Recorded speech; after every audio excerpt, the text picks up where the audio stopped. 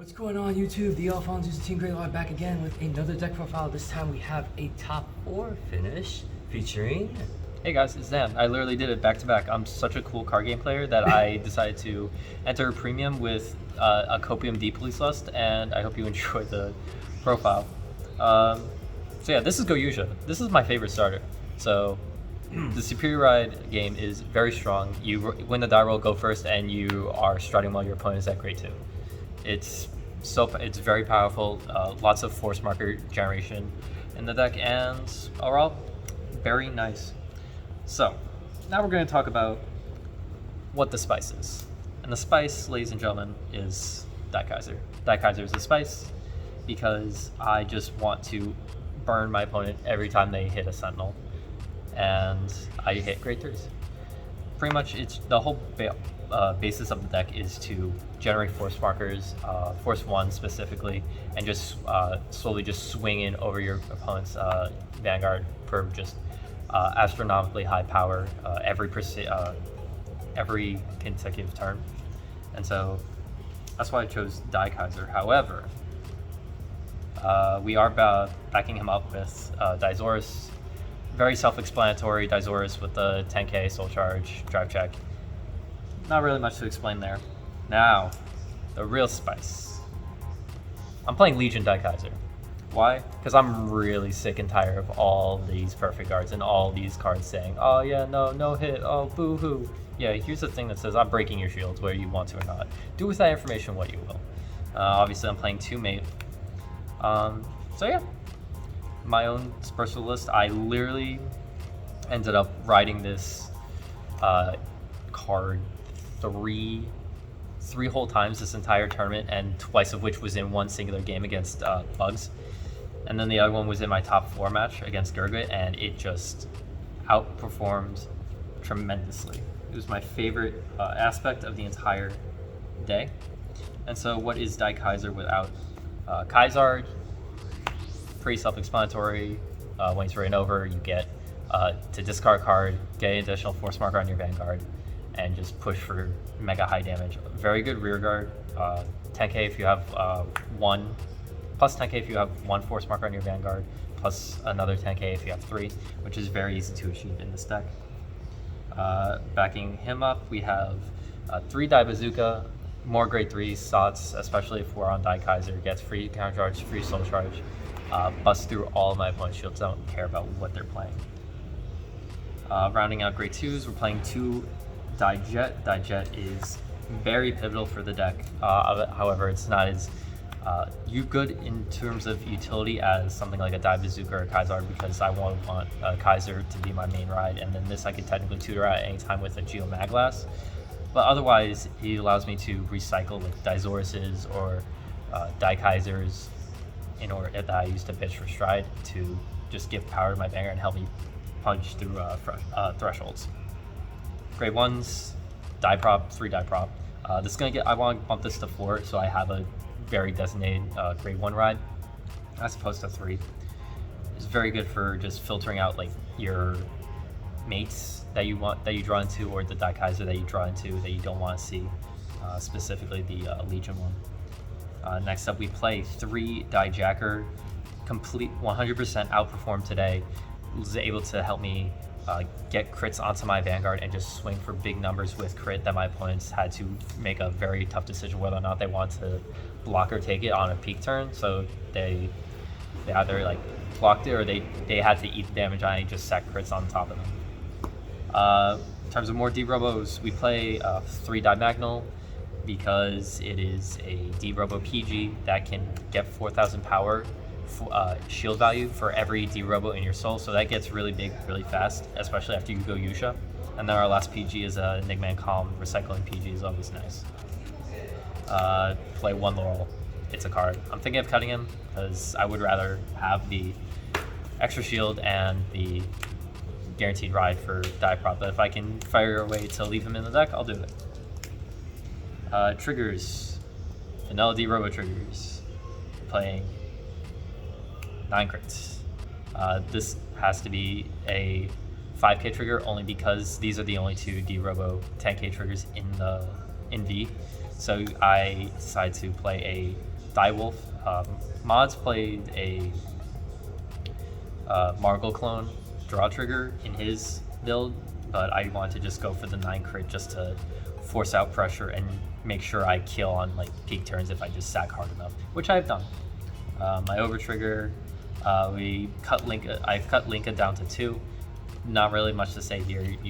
I see her when I need her, and the shield break is such a very important part of the deck that there's no reason not to run her. And then we end off with grade 3 triggers, which is the best thing that this deck ever got. And having a grade 3 give 10,000 power to anything is really helpful. Helped me out in my game against Gurgit in top 4. Literally just schmoozed him all over to the cleaners. Stride Zone. I'm playing Dai Kaiser, so we played Dai Kaiser Leon. It's a very gimme card.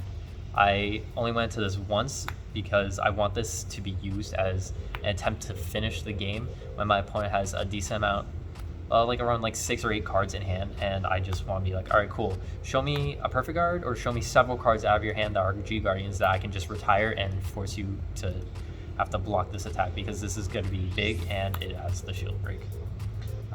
We cut down on Geo Maglass for the Daikaiser Leon.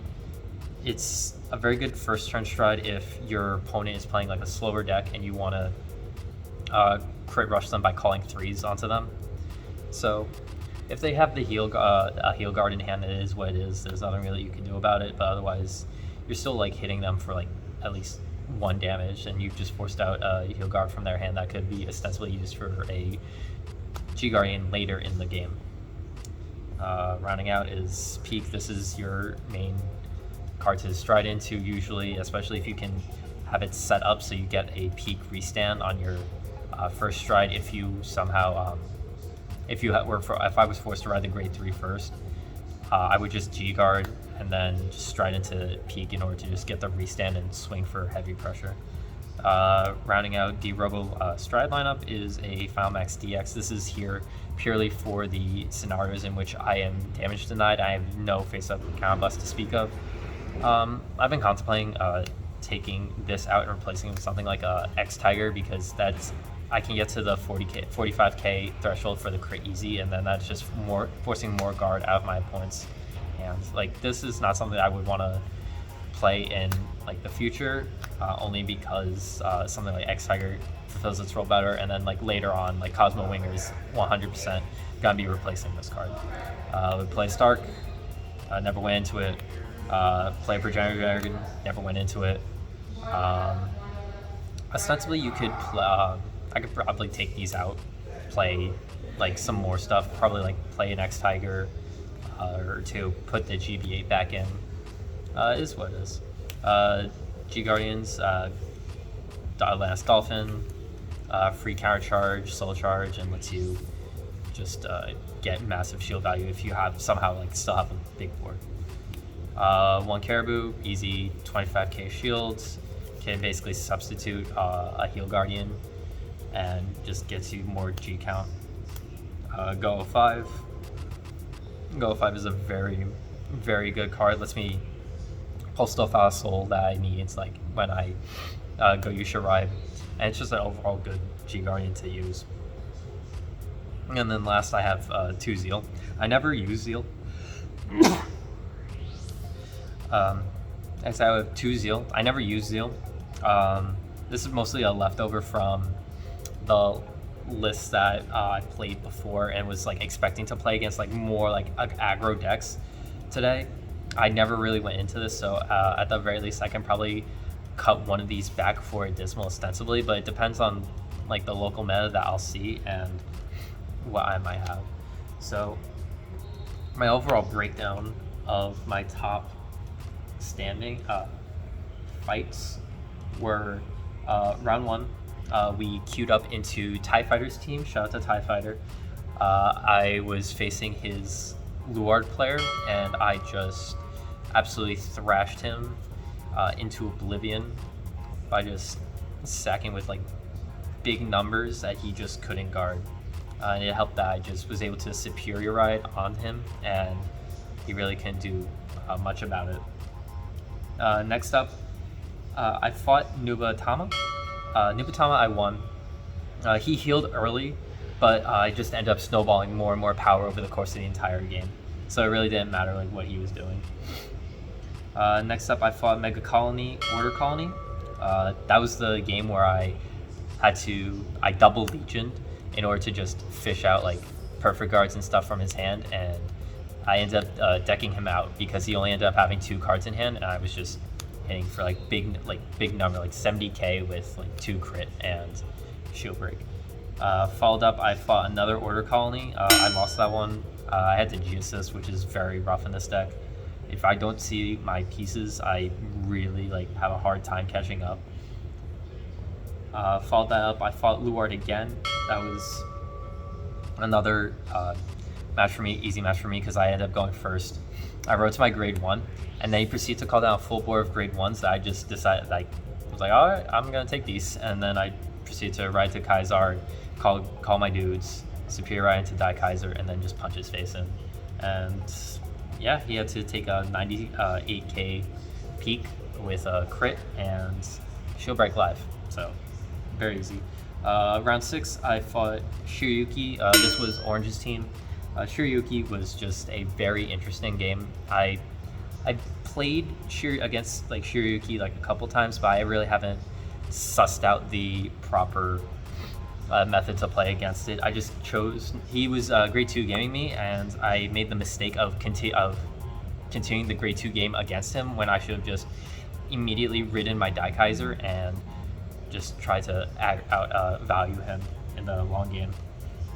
And then we got bubbled into top cut after someone failed a deck check, so I ended up fighting Gurgit in top 8, and this was the match where I said I completely had to Legion in order to try and punch through his hand. He ended up having a 90k shield in order for me to break through, because I was swinging for 69 nice, and I hit a Heal Guardian on my 3rd drive check, and it made the entire difference on whether or not I was able to just win the game at that point. And then top 4, I lost to Order Colony. Nothing really I could do. The deck just absolutely shut me out. He cradled my starter, and as such I wasn't able to find value in anything that I was doing. And then I also lost to Tyrell then. That really hurts if I lose to Tyrell. And then for 3rd, 4th place, I had to fight Order Colony again, and this time I won because even though I had to G-assist for my grade 1, I was still able to just pressure him when I superior rode, swung him with Daikaiser. It was 33, he no guarded it, I hit a crit, so he had to take 3 damage to the face, and then on my stride turn, I went to peek and just swung it at his face, and he had to no guard it, and I hit a double crits to just close out the game. Unfortunately, we didn't win that match because Dave and John fell. But otherwise, it was overall a very fun and interesting tournament experience. I had a lot of fun meeting everyone. It was great seeing you all. Appreciate the channel. And yeah, thank you for watching. If you like more deck profiles like this one, remember to comment, like, and subscribe. And stay tuned to the channel for more deck profiles like this one. Deuces. Hey, take care, guys. Woo.